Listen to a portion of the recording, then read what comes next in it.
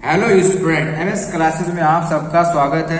आज हम लोग जो है कक्षा 10 का एनसीईआरटी गणित का जो हम लोग प्रीवियस ईयर क्वेश्चन जो कर रहे हैं मल्टीपल चॉइस वाला, अभी तक इसमें हम लोगों ने 3 सेट किया हुआ है। आज हम लोग जो है उसी को आगे बढ़ाते हुए चौथे सेट को हम लोग करेंगे जो 2024 में पूछा गया था।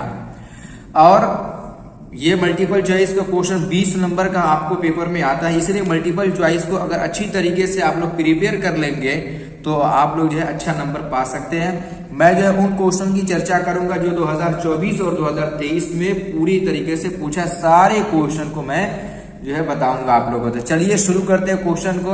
तो उम्मीद है कि दिख रहा होगा स्पष्ट रूप से। थोड़ा सा मैं इसको जो है जूम कर दे रहा हूं ताकि जो है साफ दिखने लगे।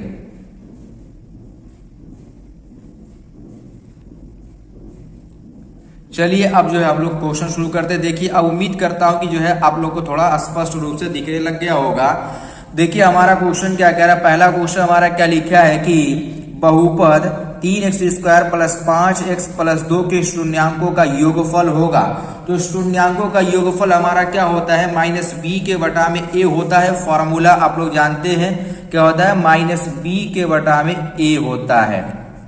ये तो इसमें b का मान कितना है, देखो यही ना b का मान होता है +5, तो ये फार्मूले का -b और a का मान कितना है 3, यानी -5 के बटा में 3। कौन सा ऑप्शन सही हुआ, b वाला ऑप्शन हमारा क्या हो जाएगा, राइट हो जाएगा। इस तरीके से इसका b वाला ऑप्शन हम लोग को मिलेगा। और देखिए यहाँ पर जो है तीसरा क्वेश्चन क्या लिखा हुआ है। तीसरे क्वेश्चन में ये लिखा हुआ है कि समीकरण 2x + ay बराबर 1 तथा 3x और फिर यहाँ आपका लिखे 3x - 5y बराबर 7 का कोई भी हल नहीं होगा। तो a का मान होगा, कोई भी हल नहीं होगा तो इसका क्या मान होगा, a का मान क्वेश्चन में पूछा है। तो यदि अगर कोई भी हल नहीं हो तो उसके लिए हमारा फॉर्मूला क्या होता है, हम जानते हैं कि फॉर्मूला होता है कि a1 के बटा में a2 बराबर b1 के बटा में b2, ये नॉट इक्वल टू होता है c1 के बटा में c2, कोई हल नहीं के लिए। अब देखो a का मान यहाँ से कितना है 2 है और a2 का मान कितना, देखो यहाँ पर 3 है और यहाँ पर देखो b1 का मान कितना है a और यहाँ पर b2 का मान कितना है -5 है। ठीक, अब देखो क्रॉस मल्टीप्लाई कर दीजिए तो कितना हो जाएगा हमारा 5 दूनी 10 और यहाँ पर हो जाएगा बटे में 3 अपनी जगह पर, ये माइनस में ही रहेगा और यहाँ पर a का मान रह जाएगा। a का मान कितना होगा -10 के बटा में 3। तो कोई ऑप्शन दिख रहा है जो a का मान -10 के बटा में 3 दिखा रहा हो तो c वाला ऑप्शन जरा देखिए, ये वाला हमारा क्या हो जाएगा, सही हो जाएगा। अब देखिए अगला प्रश्न क्या लिखेगा कि समीकरण 2x² - 5x + 4 बराबर 0 के मूलों की प्रकृति होगी। मूलों की प्रकृति क्वेश्चन में पूछा है, तो मूलों की प्रकृति कैसे ज्ञात किया जाता है, हम लोग जानते हैं कि फॉर्मूला b² - 4ac से। ठीक है, तो b का मान क्वेश्चन में कितना है 5, तो 5 का स्क्वायर हो जाएगा, फिर -4 गुणे यहाँ कितना आएगा 2 गुणे 4। ये क्वेश्चन जो है पिछले सेट में भी पूछा गया था। ठीक है ना, 25 - 4 चौको 16, 16 चौको हो जाएगा कितना, 4 दूनी 8 और 8 दूनी 8 चौको 32, कितना आएगा -7। माइनस में आंसर आ रहा था, इसका मतलब क्या हो गया, मूल हमारा क्या है, काल्पनिक हो जाएगा। यानी जो है हमारा देखो यहाँ लिखा है वास्तविक नहीं, यही वाला ऑप्शन हमारा सही हो जाएगा। क्योंकि देखो यहाँ पर परिमेय और बराबर, तो परिमेय है ही नहीं, अपरिमेय, परिमेय और असमान, यहाँ पर वास्तविक नहीं है, मूल हमारा क्या है, काल्पनिक है। तो ये डी वाला ऑप्शन हमारा सही हो जाएगा। इसी को पिछले सेट में जो इस तरीके से दूसरे तरीके से पूछा गया था। ठीक है, अब देखिए अगला प्रश्न हमारा क्या है। देखिए अगला प्रश्न हमारा जो है चौथा वाला जो क्वेश्चन पूछ रहा है वो समांतर श्रेणी से। क्या लिखा है कि समांतर श्रेणी 4, 9, 14 और फिर 254 का जो है का अंत से जो है 10वां पद, अंत से 10वां पद क्वेश्चन पूछा हुआ है।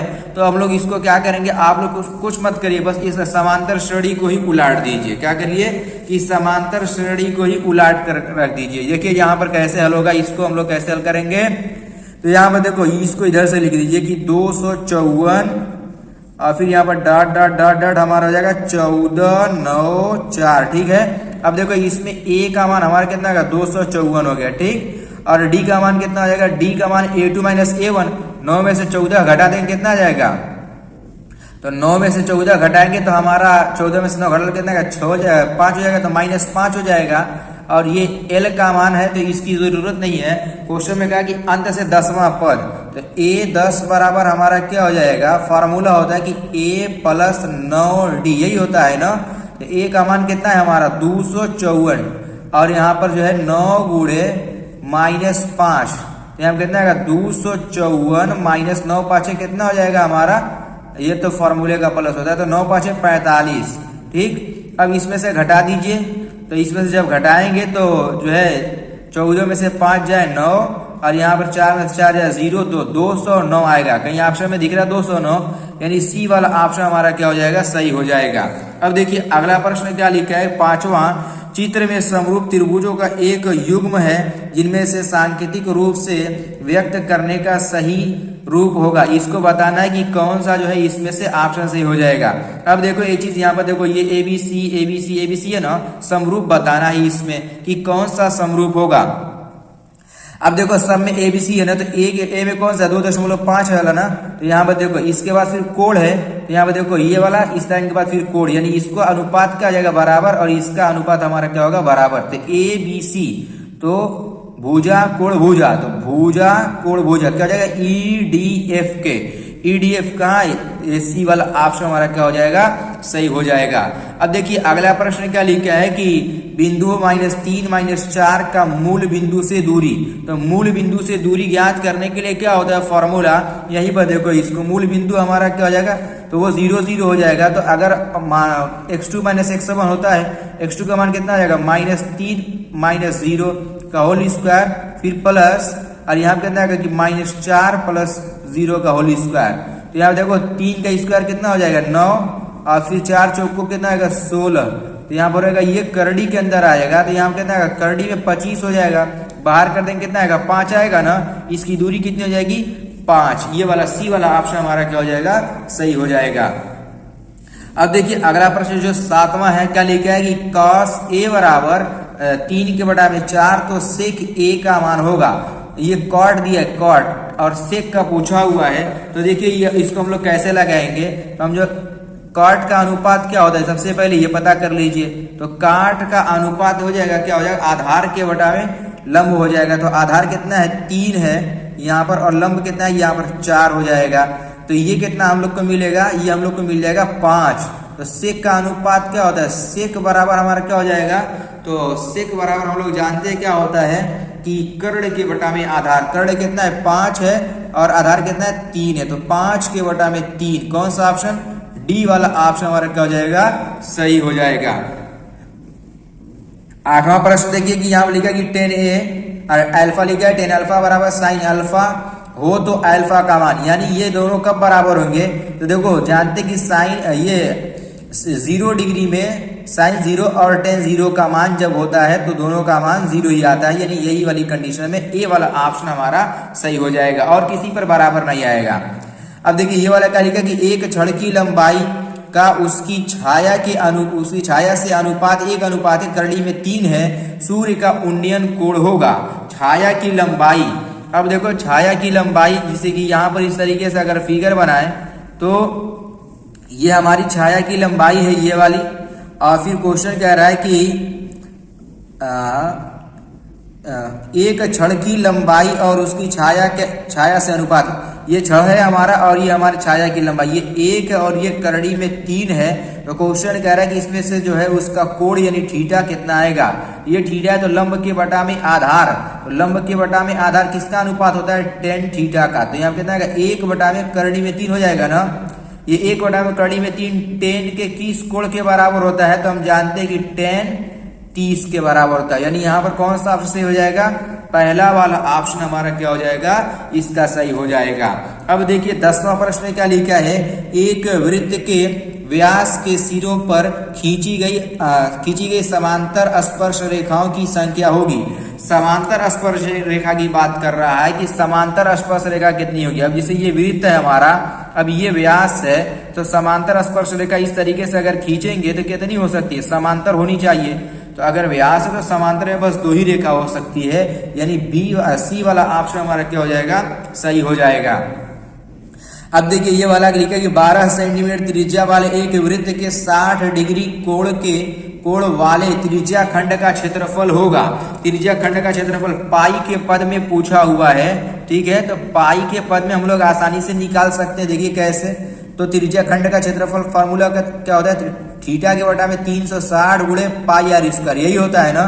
थीटा का मान कितना दिया है, 60 डिग्री, तो 60 के बटा में 360 गुणे पाई, और आर का मान कितना, 12 सेंटीमीटर त्रिज्या, तो 12 का स्क्वायर करेंगे तो कितना 144 हो जाएगा, ठीक है ना। तो यहाँ पर जो है 144 हो गया। अब देखो ये इससे कट जाएगा, फिर 6 एकम में 6, 6 6 के 36, फिर 6 से इसको काट लो, 6 दूनी 12, 6 चौको 24, कितना आएगा 24 पाई, कितना आ रहा है हमारा, ये हो जाएगा 24 पाई। कहीं ऑप्शन में 24 पाई दिख रहा है, देखो 24 पाई स्क्वायर सेंटीमीटर स्क्वायर ही रहेगा, यानी सी वाला ऑप्शन हमारा क्या हो जाएगा, सही हो जाएगा। अब देखिए ये वाला अगला प्रश्न क्या लिखा है कि यदि एक गोले का व्यास d है और उसका आयतन होगा, गोले के आयतन का फॉर्मूला कितना होता है, गोले के आयतन का फॉर्मूला हमारा जो होता है 4 के बटा में 3 पाई आर क्यूब होता है, ठीक है। तो यहाँ पर रहेगा 4 के बटा में 3 पाई, और आर का मान कितना हो जाएगा, देखो ये जो d है ये व्यास है, आर कितना हो जाएगा, d के बटा में 2 हो जाएगा ना, और इसका क्यूब हो जाएगा, क्योंकि व्यास का फॉर्मूला क्या हो, त्रिज्या का फॉर्मूला व्यास का आधा होता है, तो ये हो जाएगा। देखो यहाँ पर 4 के बटा में 3 पाई, और इसका जब मान स्क्वायर क्यूब करेंगे तो क्या आएगा, d क्यूब के बटा में कितना आएगा 8, 2 का क्यूब करेंगे तो 8 आ जाएगा, 4 एकम में 4, 4 दूनी 8, तो कितना आएगा कि यहाँ पर हो जाएगा 1 बटा में 6, दूतियाई 6, और यहाँ पर क्या आएगा पाई d क्यूब, यानी पाई के बटा में 6 d क्यूब, यानी d वाला ऑप्शन हमारा क्या हो जाएगा, सही हो जाएगा इस तरीके से। अब देखिए अगला प्रश्न क्या लिखा है कि आर त्रिज्या के एक ठोस अर्धगोले का कुल पृष्ठीय क्षेत्रफल होगा। पृष्ठीय क्षेत्रफल की बात कर रहा है, तो यहाँ पर त्रिज्या आर है, तो कुल पृष्ठीय क्षेत्रफल अगर होता है तो उसका फॉर्मूला होता है कितना, 3 पाई आर स्क्वायर होता है। तो देखिए यहाँ पर कहीं 3 पाई आर स्क्वायर दिख रहा है, यानी सी वाला ऑप्शन हमारा क्या हो जाएगा, राइट हो जाएगा। यही 3 पाई आर स्क्वायर, यही वाला हमारा सही हो जाएगा, ठीक है ना, क्योंकि फॉर्मूला ही होता है, और इसमें हल करने वाला क्वेश्चन नहीं गया बल्कि त्रिज्या ही दिया हुआ, तो उसी से निकालना है हम लोगों को। अब देखिए 14वां प्रश्न क्या लिखा है कि निम्नलिखित बारंबारता सारणी का माध्यक वर्ग है। माध्यक वर्ग कौन सा होगा, यानी हम लोग को इसमें संचयी बारंबारता निकालेंगे, तो जो संचयी बारंबारता निकलेगी उसका जो माध्यक वर्ग होगा वो 15 से 20 होगा। कौन सा होगा हमारा माध्यक वर्ग, 15 से 20 वाला ऑप्शन हमारा सही हो जाएगा। तो इसका जो है हमारा डी वाला ऑप्शन हमारा राइट हो जाएगा, ठीक है ना, इस तरीके से। अब चलिए अगला प्रश्न हम लोग देखते हैं। अगला प्रश्न जो हमारा है वो अगले पेज पर है, थोड़ा सा चलिए देखिए ध्यान से। यहां से अगला प्रश्न क्या है, 15वां प्रश्न देखिए, प्रश्न संख्या 15 क्या लिखा हुआ है कि किसी बारंबारता सारणी के माध्य तथा माध्यक क्रमशः है, तो बहुलक निकालना है। देखिए माध्य और माध्यक दिया हुआ है, बहुलक, तो बहुलक के लिए फॉर्मूला हमारा क्या होता है मालूम होना चाहिए। बहुलक के लिए जो हमारा फॉर्मूला होता है कि 3 गुणे माध्यक, 3 गुणे माध्यक माइनस 2 माध्य, 2 गुणे माध्य, ये फॉर्मूला होता है। तो 3 गुणे माध्यक कौन है, देखो पहले माध्य दिया है, माध्यक बाद में है, ठीक है, तो यहाँ पर 29 हो जाएगा, फिर माइनस 2 गुणे 27, तो 3 तरीके 3 9 27 के साथ 3 दूनी 6, 6 2 8, ये 87 हो जाएगा, माइनस 27 गुना कितना हो जाएगा हमारा 54, ठीक है, तो यहाँ पर रहेगा 54। अब इसको इसमें से घटा लेंगे, यहाँ पर 3 आ जाएगा, और यहाँ पर जो है 8 में से 5 या 3 कितना क्या 33। अब देखिए ऑप्शन में कहीं 33 दिख रहा है, यानी सी वाले ऑप्शन पर हमारा 33 दिख रहा है, और यही वाला ऑप्शन हमारा क्या हो जाएगा, सही भी हो जाएगा। इस तरीके से लगाएंगे हम लोग क्वेश्चन को।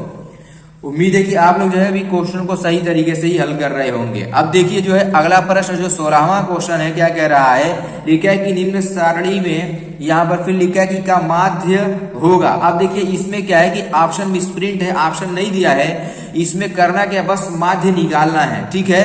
माध्य निकालने के लिए मैंने बहुत सारे क्वेश्चन आपको बता रखे हैं, तो आप लोग वहीं से इसका माध्य निकाल करके खुद कमेंट करिए कि आपका माध्य इसमें कितना आ रहा है। तो जरा इसको कमेंट करना बिल्कुल ना भूलिएगा, जरूर कमेंट में इसका आंसर आप लोग दीजिएगा, ठीक है। तो माध्य निकाल लीजिए, माध्य निकाल के आप लोग कमेंट में आंसर करिए, ठीक है। तो चलिए अगला प्रश्न देखते हैं। अगला प्रश्न क्या लिखा हुआ है कि एक अधिवर्ष में 53 सोमवार होने की प्रायिकता होगी। 53 सोमवार होने की प्रायिकता क्वेश्चन कह रहा है कि कितनी होगी। तो इसके अंदर जो अगर 53 सोमवार की प्रायिकता जो होगी, इसमें ये 2 के बटा में 7 होगी। कितनी होगी? 2 के बटा में 7 अधिवर्ष के अंदर प्रायिकता होगी इसमें, ठीक है ना। अब देखिए जो अगला प्रश्न है वो क्या कह रहा है। अगला प्रश्न लिखा है कि 2 मित्रों का जन्म 2020 में हुआ था, और फिर आप लिखा है कि प्रायिकता ज्ञात कीजिए कि दोनों जन्मदिन एक ही दिन हुआ था। तो 2020 में जो फरवरी थी हमारी वो 29 की थी, यानी उस दिन जो है 2020 में जो फरवरी थी 29 की थी, तो उसमें जो हमारा जो टोटल दिन हुआ वो 366 दिन का हुआ। यानी जो है इसमें सबसे पहली बात की बटा में 366 आना चाहिए, पहली चीज ये कंफर्म हो गई। और फिर क्वेश्चन में ये कहा कि दोनों का जन्म एक ही दिन हुआ है, ये चीज क्वेश्चन में कह रहा है। तो दोनों का जन्म यदि अगर एक ही दिन होगा तो प्रायिकता दोनों का ऊपर क्या हो जाएगा, घटना एक ही दिन घटित होने की घटना होगी, यानी जो इसका आंसर आएगा वो 1 बटा में 366 हो जाएगा। यानी बी वाला ऑप्शन हमारा क्या होगा, सही होगा। अब देखिए 19वां प्रश्न देखते हैं। 19वां प्रश्न क्या लिखा है कि 2 बिंदुओं के बीच की दूरी ज्ञात कीजिए। यानी यहां पर भी हम लोगों को क्या करना है कि दूरी निकालना है। तो चलिए मैं दूरी निकाल के आप लोग को दिखा दे रहा हूं कि कितनी दूरी आएगी। तो दूरी के लिए फॉर्मूला वही आप लोग जानते हैं कि x2 minus x1 plus y2 minus y1। तो x2 का मान कितना है 4, फिर यहाँ पर -2 का होल स्क्वायर, फिर प्लस y1 का मान y2 का मान 1, फिर -3 का होल स्क्वायर, ठीक। अब देखिए इसको हल करेंगे जब हम लोग, तो यहाँ कितना आ जाएगा, यहाँ पर 2 का स्क्वायर माइनस करा प्लस, फिर यहाँ पर -2 का स्क्वायर। इसको हल करेंगे तो यहाँ कितना 4 प्लस 4, और ये जो अगर इसको हम लोग देखें तो ये हमारा हो जाएगा कि 8 हो जाएगा ना। अब इसको कड़ी से बाहर करेंगे कितना आएगा, 2 करड़ी में 2 आएगा। कितना, 2 करड़ी में 2 आ रहा है। अब देखिए कहीं पर आंसर 2 करड़ी में 2 दिया हुआ है, तो सी वाला जो ऑप्शन है यहां पर हम लोग को 2 करड़ी में 2 दिया हुआ है। इस तरीके से ये वाला हमारा ऑप्शन सही हो जाएगा। अब देखिए 20वां प्रश्न बिल्कुल आसान है, बहुत ही आसान है और अच्छा प्रश्न भी है। क्या लिखे कि निम्नलिखित में अपरिमेय संख्या होगी। इसमें अपरिमेय संख्या पूछा है कि इसमें कौन सी अपरिमेय संख्या होगी, करड़ी में 25 या करड़ी में 81, करड़ी फिर यहाँ 5 के बटा में 3, या जो है 5 प्लस करड़ी में 2। अब देखो ये रूट से निकल जाएगा, ये परिमेय संख्या हो गई, ठीक। हमारी जो रूट से बाहर आ जाए वो परिमेय संख्या, क्योंकि ये 5 का स्क्वायर है, ये 81 भी निकल जाएगा कि ये चूंकि 9 का स्क्वायर है, और यहाँ पर 5 के बटा में 3 है हमारा, ये भी परिमेय संख्या होती है। तो यहाँ पर कौन रह गया, जब ये तीनों परिमेय है तो अपरिमेय कौन सी हुई, यानी यही वाला। हम जानते हैं कि परिमेय और अपरिमेय को जोड़ने पर घटाने पर वो अपरिमेय ही होता है, यानी इसका जो ऑप्शन होगा ना, ये डी वाला ऑप्शन बालक सही हो जाएगा। इस तरीके से जो है हम लोग 20 क्वेश्चन को कर चुके हैं मल्टीपल चॉइस के, और हम लोग इसमें थ्योरेटिकल वाले क्वेश्चन को भी करने का प्रयास करेंगे कि उसको भी हम लोग कर लें। तो जब तक जो आप लोग मल्टीपल चॉइस के क्वेश्चन को तैयार रखिए, क्योंकि परीक्षा में जरूर आएगा 20 नंबर का क्वेश्चन, अगर तैयार रहेगा तभी आप लोग जो है कर सकते हैं। तो चलिए अब जो है हम लोग अगले लेक्चर में और सारे क्वेश्चन को करेंगे, ठीक है। तो तब तक के लिए हम लोग इतना ही रहने देते हैं।